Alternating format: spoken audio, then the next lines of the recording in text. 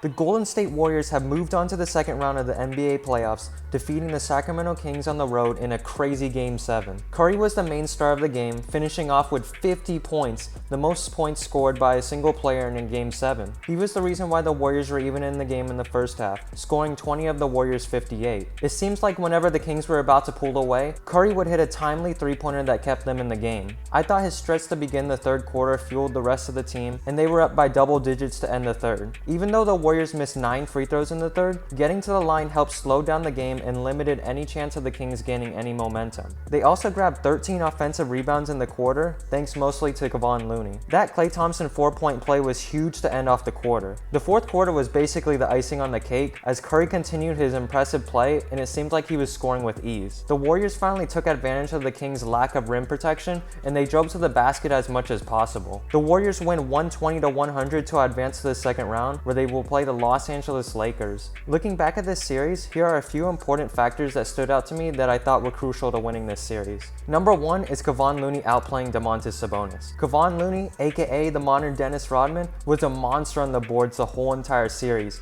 averaging a league-high 15.1 rebounds per game in the playoffs. He grabbed 20 plus rebounds in 3 games this series, grabbing 20 in Game 3, 22 in Game 5, and 21 in Game 7. I absolutely loved a quote of his after Game 3. He said, "Sometimes in rebounding, you can get in the zone. Just how Steph and them with threes. Sometimes I know where the ball is going, and every time I touch it, it seems to go my way. Tips go my way, things like that." It just seemed like Kevon Looney was in the zone and rebounding this whole series. Rebounding wasn't the only thing he did. He also dished the ball very well as the handoff facilitator and the roll man in the pick and roll. He averaged 4.2 assists. Against Sabonis, you could tell Looney bothered Sabonis in the paint pretty well, and anytime your 5th best player can outplay one of the star players on the other team, you're looking good. The second factor I saw was Steve Kerr's rotation adjustments. As everyone knows, the performance of the team dwindles way down when Steph is not on the court. In Games 1 and 2, Steve Kerr stuck with the usual Curry rotation, subbing him out near the end of the first quarter, giving him 5 to 6 minutes of rest, and then subbing him back in around the halfway point of the next quarter. Well, from what we saw, whenever that happened, the Kings would go on a run and grow the lead to double digits. So how did Steve Kerr counter this? Well, he started resting Curry in shorter spurts, giving him 2 to 3 short minutes on the bench and then putting him back in the game. That way, nothing ever got out of control. In addition, Kerr also played Curry more in general. Compared to only averaging 37 minutes a night in Games 1 through 3, Curry played in back-to-back games playing 42 minutes. Another rotation change that was made was placing Draymond on the bench. I thought this was a great move because with Draymond and Looney both on the court, spacing was very limited. Having Draymond off the bench also helped during the non-Curry minutes. Obviously, Kerr put him back in the starting lineup in Game 7, which was the right thing to do in a very high-intensity game. The last factor was the supporting cast stepping up when needed, as Klay, Wiggins, GP2, and Moody had their fair share of crucial moments. Anyways, the next series is going to be fun as we get another season of LeBron versus Curry. Can't wait for Tuesday. Thanks for watching, and go Warriors.